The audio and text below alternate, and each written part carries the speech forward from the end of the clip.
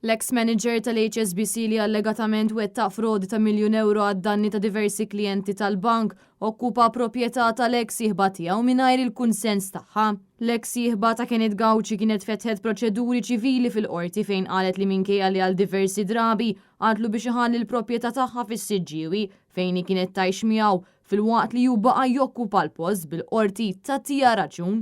Fil-qorti qalet ukoll li kienet għamlet rapport mal-pulizija li kienet vittma ta' vjolenza domestika min-naħa tiegħu. Dan kollu ħareġ sentenza mogħtija mill-imħallef Joanne Vella Kuxkiri qabel ma fettx il-każ tal-allegat frodi. Meta s-sieħba tiegħu saret konxja tal-aġir tiegħu kienet qaltlu biex hu ż-żewġ ulidu li mhumiex tagħha ma jibqgħux jgħixu magħha minħabba l-akkużi ta' frodi li kien qed jiġi mixli bihom. Fit-talba tagħha lil qorti kienet qalet ukoll li Kenneth Gauci huwa ta' detriment tas-saħħa mentali u fiżika tagħha.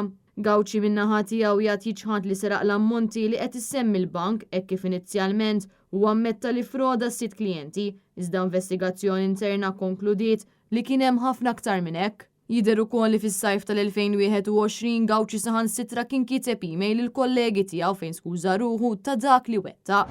Żewġ aħwa miż-żurri wieġbu mhux ħatja li reżistew kunt istabbli ukkaġunaw ġrieħi ħfief fuq pulizija. L-aħwat jiġu mixlijin li wettqu r-rejati fl-ewwel ta' Mejju bejn id-9:09 u 11:09 ta' filgħaxija hekk kif seħħ argument bejn grupp ta' żgħażagħ fi stabbiliment tad-divertiment fl-Iklin wara li wieħed minnhom tkeċċa mill-istabbiliment. Huma qed jiġħdu li jeddew li xi pulizija u li blaġir tagħhom beżżaw żewġ kuntistabli tal-pulizija bittir li ma jħalluhomx jagħmlu xogħolhom. L-akkużati nataw il-libertà proviżorja, il-kundizzjonijiet tal-pleċ jinkludi li ma jkellmux lix-xhieda tal-prosekuzzjoni b'mod speċjali żewġ irġiel tal-ambulanza li wasslu l wieħed mill-akkużati l-isptar. Huma jridu jagħmlu tajjeb ukoll għal ħelsien mill-arrest b'garanzija personali ta' €5,000 kull wieħed.